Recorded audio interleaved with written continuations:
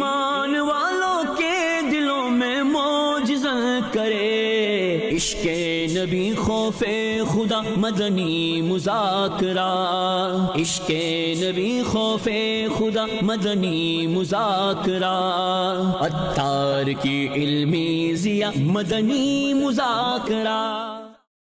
الحمدللہ رب العالمین والصلاة والسلام علی خاتم النبیین، اما بعد فاعوذ باللہ من الشیطان الرجیم، بسم اللہ الرحمن الرحیم، الصلاة والسلام علیک یا رسول اللہ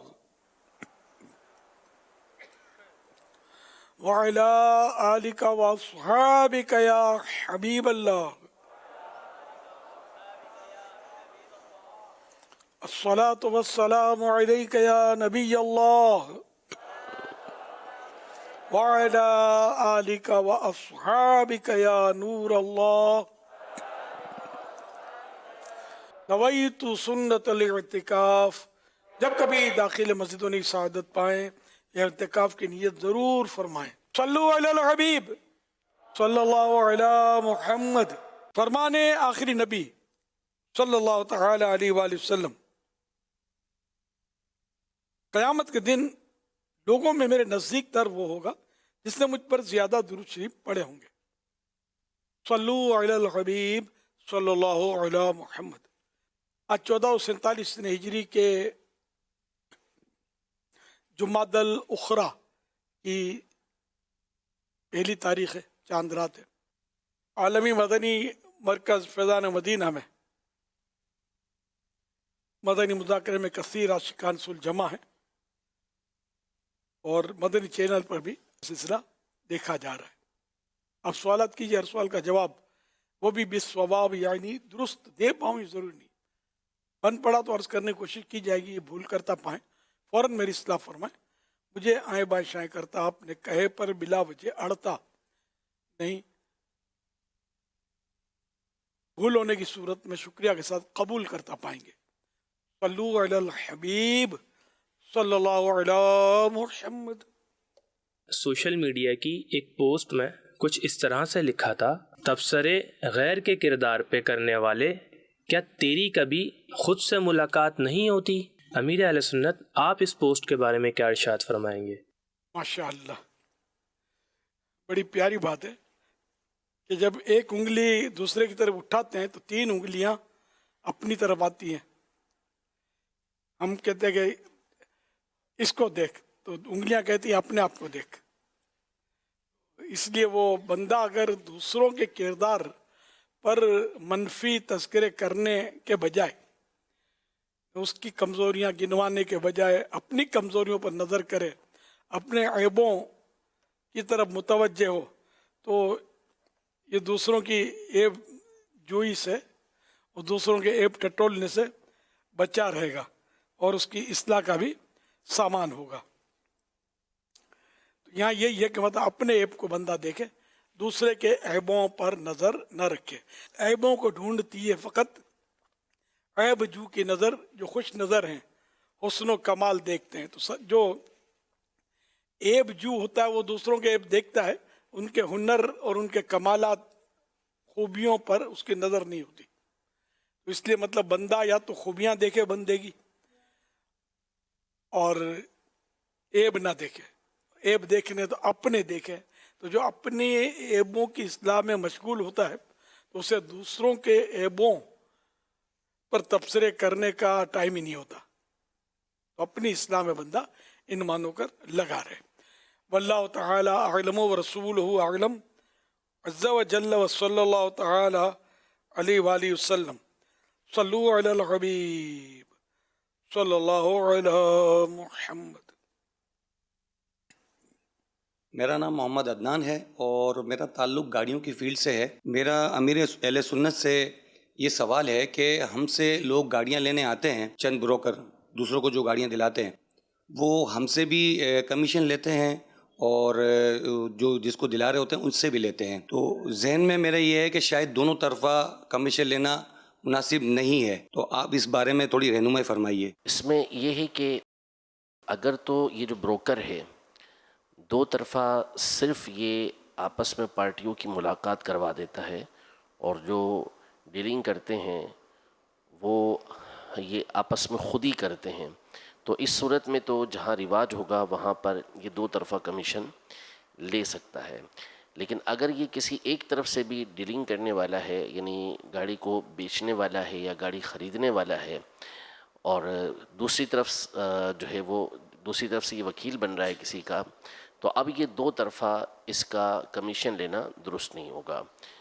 وہ ایک طرفہ ہی کمیشن لے سکتا ہے، دو طرفہ نہیں لے سکتا. تو یہ دیکھ لیں کہ اس کے ساتھ کیا صورتحال ہے. اگر تو دونوں طرف صرف اور صرف یہ رابطہ کروا رہا ہے، ڈیلنگ وہ آپس میں کریں گے تو مسئلہ نہیں ہے، جہاں رواج ہوگا یہ لے لے گا.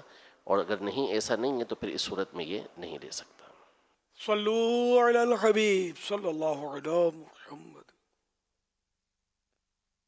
سجاد احمد اتاری بھلوال سے عرض گزار ہوں. امیر اہل سنت کی بارگاہ میں میرا سوال عرض ہے کہ میری کریانے کی شاپ ہے. یہاں پر اکثر جو ہے نا وہ کسٹمر جو آتے ہیں تو کسی کے پیسے وغیرہ گر جاتے ہیں، ہمیں 10 ملتے ہیں، کبھی 20 دیکھتے ہیں، کبھی 50 کا نوٹ بھی پڑا ہوتا ہے. اب پتہ نہیں ہوتا کہ کس کسٹمر کے گرے ہیں. تو ہم جو اٹھا کر وہ اپنا احتیاط باکس رکھا ہوا ہے تو اس میں ہم ڈال دیتے ہیں، اس نیت سے کہ اگر کسٹمر آئے گا تو ہم اس کو، وہ مطالبہ کرے گا تو ہم اپنی جیب سے اس کو دے دیں گے واپس، نہیں تو اس کی طرف سے یہ صدقہ ہو جائے گا. کیا ہمارا یہ عمل درست ہے؟ جواب ارشاد فرمائیں. میری، میرے والدین کی، میرے گھر والوں کی بے حساب بخشش کی دعا فرما دیجیے. یغفر اللہ لنا ولکم ولہم بغیر حساب. یہ جو گرے پڑے آپ کو ملے نا بھائی سے، اس کو لقطہ بولتے ہیں. تو یہ مطلب ایک دم سے اٹھا کر چندے کی پیٹی میں نہیں ڈال سکتے. اس کو مطلب آپ اس کے مالک کو ڈھونڈیں.